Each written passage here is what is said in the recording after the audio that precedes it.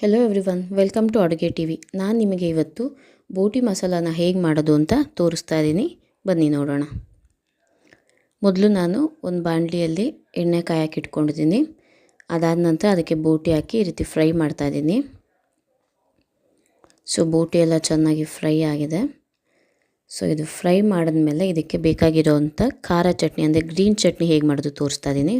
ಮೊದಲು ಒಂದು ಜಾರಿಗೆ ಹಸಿಮೆಣಸಿನ್ಕಾಯಿ, ಅದಾದಮೇಲೆ ಕೊತ್ತಂಬರಿ ಸೊಪ್ಪು, ಬೆಳ್ಳುಳ್ಳಿ, ಹಾಗೆ ಜೀರಿಗೆ, ಉಪ್ಪು ಇದೆಲ್ಲನೂ ಹಾಕ್ಕೊಂಡು ಸ್ವಲ್ಪ ನೀರು ಹಾಕಿ ರುಬ್ಕೊಳ್ತಾ ಇದ್ದೀನಿ. ಈಗ ಒಂಚೂರು ನೀರು ಹಾಕ್ಕೊಂಡು ರುಬ್ಕೊಳ್ಬೇಕು. ಈ ರೀತಿ ರುಬ್ಬಿದ್ರೆ ಗ್ರೀನ್ ಚಟ್ನಿ ರೆಡಿಯಾಗಿದೆ. ಇದಾದಮೇಲೆ ಸ್ವೀಟ್ ಚಟ್ನಿ ಹೇಗೆ ಮಾಡೋದು ತೋರಿಸ್ತಾ ಇದ್ದೀನಿ ನೋಡಿ. ಒಂದು ನಿಂಬೆಹಣ್ಣಷ್ಟು ದಪ್ಪದ ಹುಣಸೆಹಣ್ಣ ನೆನೆಸಿಟ್ಕೊಂಡಿದ್ದೀನಿ.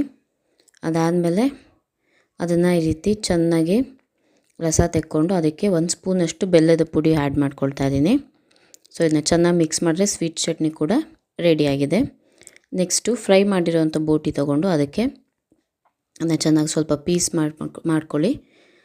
ಅದಕ್ಕೆ ಖಾರ ಚಟ್ನಿ, ಸ್ವೀಟ್ ಚಟ್ನಿ, ಕಟ್ ಮಾಡ್ಕೊಂಡಿರೋವಂಥ ಆನಿಯನ್, ಟೊಮ್ಯಾಟೊ, ಹಾಗೆ ಕಾಯಿ ತುರಿ, ಅದಾದಮೇಲೆ ಸ್ವಲ್ಪ ಮಂಡಕ್ಕಿ ಹಾಕ್ಕೊಳ್ತಾ ಇದ್ದೀನಿ. ಇದು ಆಪ್ಷನಲ್ಲು.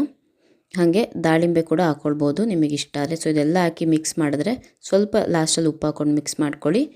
ಬೋಟಿ ಮಸಾಲ ರೆಡಿ ಆಗುತ್ತೆ. ಈ ವಿಡಿಯೋ ನಿಮಗೆ ಇಷ್ಟ ಆಗಿದ್ರೆ ವಿಡಿಯೋನ ಲೈಕ್ ಮಾಡಿ, ಶೇರ್ ಮಾಡಿ, ಹಾಗೆ ಚಾನಲ್ಗೆ ಸಬ್ಸ್ಕ್ರೈಬ್ ಆಗೋದನ್ನು ಮರಿಬೇಡಿ. Thank you.